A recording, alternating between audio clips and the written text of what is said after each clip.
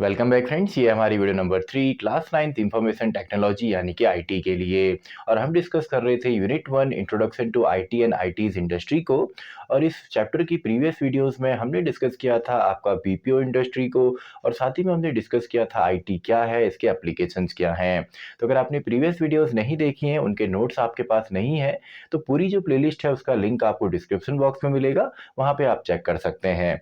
और अब इस वीडियो में हम डिस्कस करने वाले हैं बीपीएम इंडस्ट्री के बारे में, एमएनसीज क्या होती हैं, आईएसपीज क्या होती हैं एंड जीआईसीज क्या होती हैं। तो स्टार्ट करते हैं। इस वीडियो के लिए सबसे पहले हमारा टॉपिक है आपका बीपीएम इंडस्ट्री। तो देखिए, बीपीएम का सिंपली यहाँ पे फुल फॉर्म होता है business process management. Business process management management देखिए, नाम से यहाँ पे बता रहा है कि जो बिजनेस की प्रोसेसिंग यहाँ पे है उसको मैनेज करने की बात हो रही है। इससे पहले हमने बीपीओ पढ़ा था, यानी कि बिजनेस प्रोसेस को आउटसोर्स करना किसी थर्ड पार्टी या थर्ड कंपनी का यहाँ पे यूज करना। लेकिन यहाँ पे हम सीखने वाले हैं कि प्रोसेस को कैसे मैनेज करते हैं।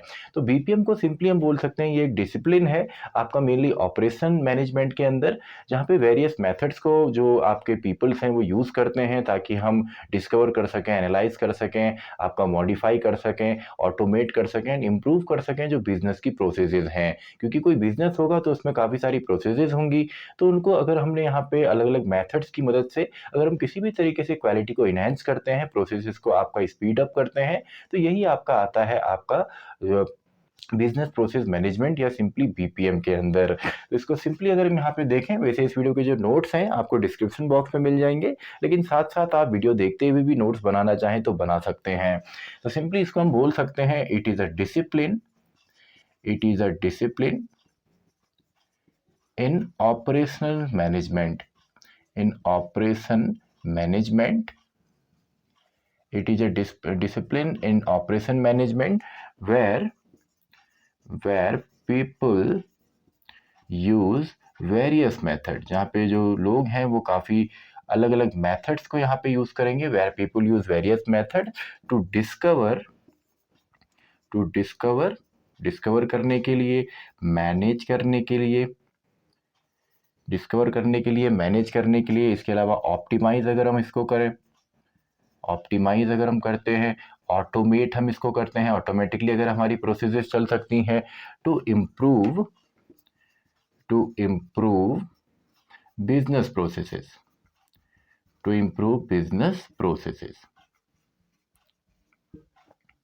तो सिंपल सा एक डिसिप्लिन है ऑपरेशन मैनेजमेंट के अंदर, जहाँ पे हम वेरियस मेथड्स को यूज़ करते हैं ताकि जो हमारी बिजनेस प्रोसेसेस हैं वो स्पीड अप हों और उनमें और ज़्यादा एफिशिएंसी आए।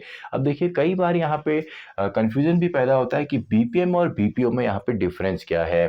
तो जो बीपीओ इंडस्ट्री आपकी है एंड बीपीएम इंडस्ट्री आपकी है, देखिए बीपीओ जो है ये मेनली फोकस करती है आउटसोर्सिंग पे, यानी कि बिजनेस के अंदर अलग अलग आपके वर्क होते हैं। तो किसी एक पर्टिकुलर वर्क को हम अगर किसी एक्सटर्नल या थर्ड पार्टी से करवाते हैं तो इसको हम बोलते हैं आउटसोर्स करना, यानी कि किसी और से करवा लेना। लेकिन जो आपका बीपीएम है ये मेनली आपका फोकस करता है मैनेजमेंट रिलेटेड टास्क के अंदर या प्रोसेसेस रिलेटेड टास्क के अंदर। तो ये मेन फोकस इसका होता है, मेन फोकस यहाँ पे होता है कि वर्क को हम यहाँ पे आउटसोर्स कर दें, आउटसोर्स यहाँ पे कर दें। और यहाँ पे जो मेन फोकस होता है वो होता है आपका यहाँ पे मैनेजमेंट के अंदर, यानी कि मैनेज करने के लिए।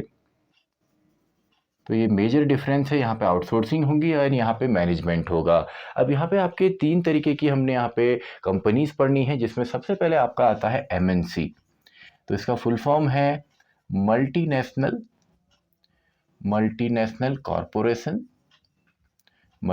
कॉरपोरेशंस, यानी कि जो एमएनसी कंपनीज होती हैं, और ये मेनली फॉरेन कंट्रीज होती हैं और इनके जो हेडक्वार्टर्स होते हैं मेनली वो किसी दूसरी कंट्री में होते हैं। तो कुछ पॉइंट्स चलिए मैं यहाँ पे लिख देता हूँ।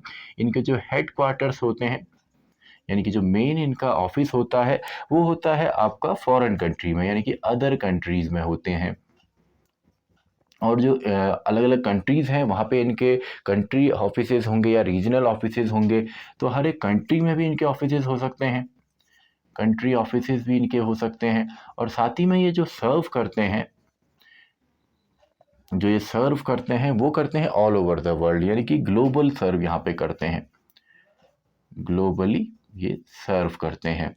तो सिंपल सा है, इसके एग्जांपल जो एमएनसी कंपनी है जैसे आपका गूगल है, फेसबुक है या सिंपली मेटा जो है, ये आपकी ग्लोबल है, एमएनसीज हैं, एमएनसीज टेक कंपनीज हैं, जिनके जो हेडक्वार्टर्स हैं वो इंडिया में नहीं है, लेकिन इनके जो ऑपरेशनल आपके ऑफिसेज हैं वो इंडिया के अंदर भी हैं।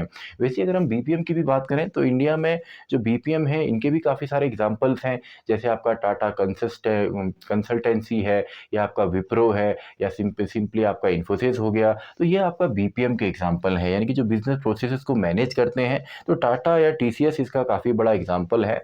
और अगर एमएनसीज कंपनी की बात करें तो जैसे आपका गूगल है, या आपका सिंपली मेटा हो गया, या अमेजन हो गया, तो इनके हेडक्वार्टर्स इंडिया में नहीं है, लेकिन इनके जो क्लाइंट्स हैं वो ऑल ओवर द वर्ल्ड हैं। इसके अलावा जो आपका आईएसपीज होते हैं, यानी कि Indian service providers, Indian service providers, तो इंडियन सर्विस प्रोवाइडर्स जो होते हैं, इनका जो मेन हेडक्वार्टर होगा, हेडक्वार्टर जो होता है ये होता है इंडिया के अंदर।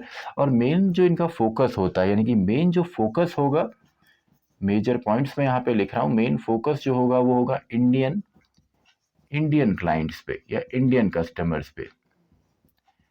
और ये ग्लोबली काम करते हैं, हेडक्वार्टर इसका इंडिया पे होगा, और अदर कंट्रीज़ में भी इनके ऑफिसेज होते हैं, लेकिन मेन जो ये फोकस करते हैं वो करते हैं आपका इंडियन क्लाइंट्स पे, लेकिन ये सर्व करते हैं आपका जो ग्लोबल आपके क्लाइंट्स हैं उनको भी। इसके अलावा एक जीआईसी भी यहाँ पे होता है, यानी कि ग्लोबल, इसका फुल फॉर्म है। काफ़ी बार इनमें से जो क्वेश्चंस आते हैं उसमें केवल आपके फुल फॉर्म्स जो है, जो इनका एक्सपेंडेबल फॉर्म है वो ही केवल पूछा जाता है, तो इनको आपने मिस आउट नहीं करना है। तो जीआईसी का यहाँ पे फुल फॉर्म होता है ग्लोबल इन हाउस सेंटर्स। तो ये सिंपली जो कंपनीज होती हैं ये ओन करती हैं, जो मेन आपकी पेरेंट कंपनी है वो ही इनको ओन करती है, यानी कि किसी स्पेसिफिक टास्क के लिए इनको क्रिएट किया जाता है और सारी प्रोसेस इनको दी जाती है।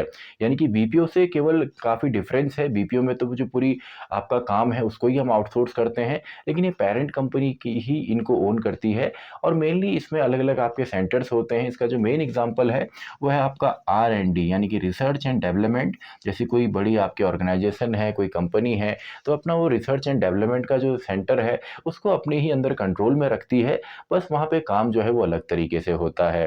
तो इसका जो यहाँ पे ओनर होगा वो आपका मेन कंपनी ही होती है, जो आपका पेरेंट कंपनी है, एंड ये आपका थर्ड पार्टी को यहाँ पे जो काम है उसको आउटसोर्स नहीं करती है। तो आई होप ये टॉपिक्स आपको समझ में आए होंगे कि बीपीएम आपका क्या है, दोनों में डिफरेंस क्या है, एमएनसीज क्या होती हैं, आईएसपीज क्या होती हैं, and global in house centres क्या होते हैं। तो इसी के साथ ये वीडियो भी खत्म होती है, वीडियो नंबर 3। तो इस वीडियो के जो नोट्स हैं और पूरी जो प्लेलिस्ट है उसका लिंक आपको डिस्क्रिप्शन बॉक्स में मिलेगा। तो मैं मिलता हूँ आपसे अगली वीडियो में, वीडियो नंबर 4।